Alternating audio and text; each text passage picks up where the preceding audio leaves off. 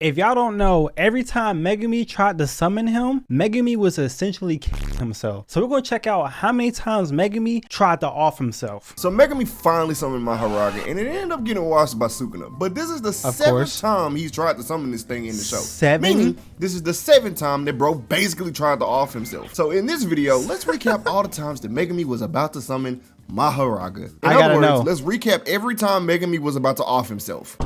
That's so sick. Yuji meets Megumi after his granddad dies, and Megumi tells Yuji to give him Sukuna's finger because, well, it's a special grade curse object, aka it's probably gonna die. So Yuji hands over the box, but there ain't nothing in there. So Megumi's like, hey bro, where's the finger? And Yuji tells him that his friends are gonna take the talisman off the finger at school tonight, and that's when Megumi starts looking shook because he knows them dumbass niggas lying. So they rush to the school, and Megumi tells Yuji to stay outside while he goes to save Yuji's friends, or at least he thought he could save Yuji's friends. But luckily, Yuji is a dumbass and he busts in to try to save his homegirl.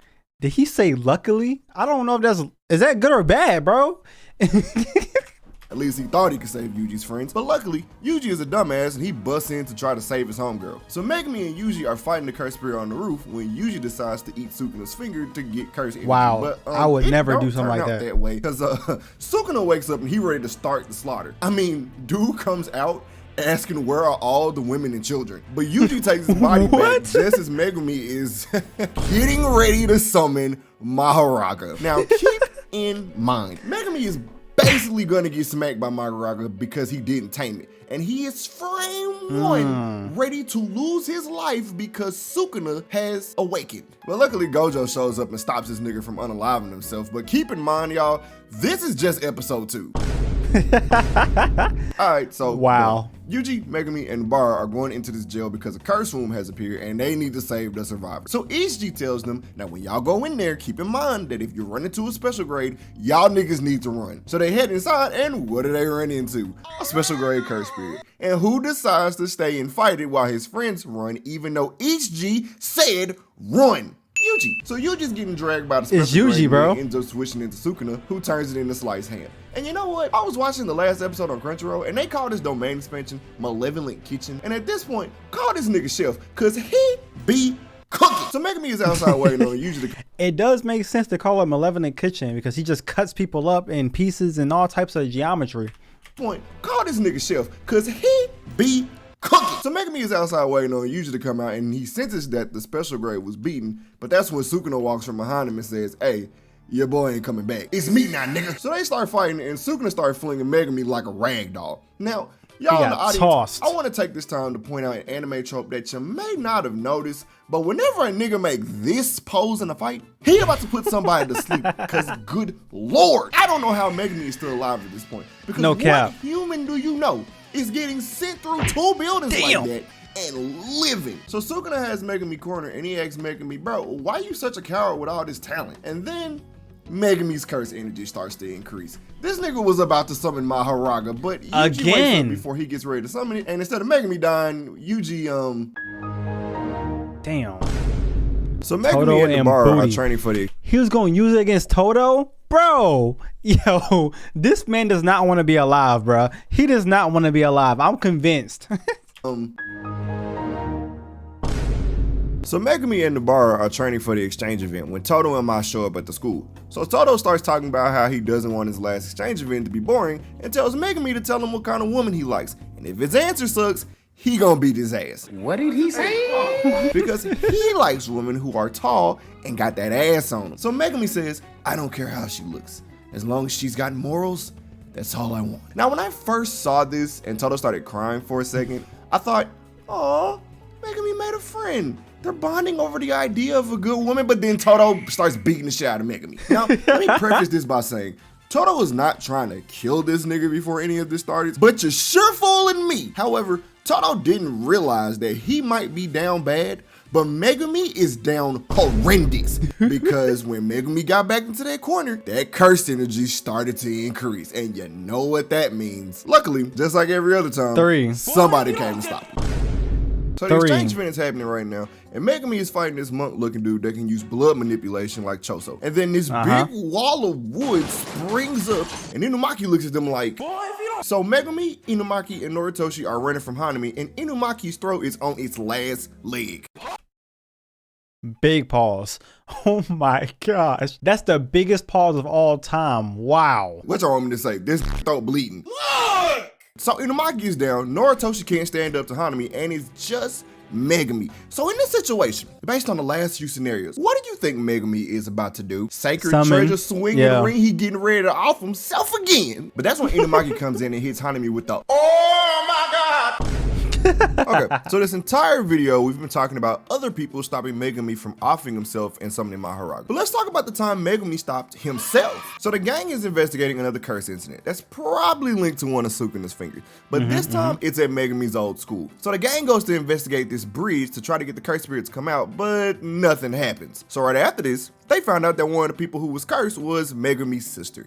And Megumi decided that he's gonna go take out the curse spirit by himself. Or he was if Yuji and Nobara saw right through his plan. So they start fighting the curse spirit and this ugly green bleed looking thing comes in. But he starts getting the left right sleep all night from Yuji. And Nobara gets pulled out of the barrier. But I promise, she's way more useful than Sakura was. The fact that you have to say that, I don't believe you. Is she really more useful than Sakura? What has she done this whole like anime that made her more useful than Sakura? I smell some cap. She's way more useful than Sakura was. So Megumi beats the mold curse and then he turns into a special grade because, well, one of Sukuna's fingers awakened. And this thing hits him so hard that he has a flashback from when Gojo was beating his ass during their training. And Gojo basically says, hey bro, stop trying to off yourself. You could really be running fades if you stop being such a bitch. And then we cut to Megumi and boy, that curse energy starts to increase. And then Megumi says, you know what?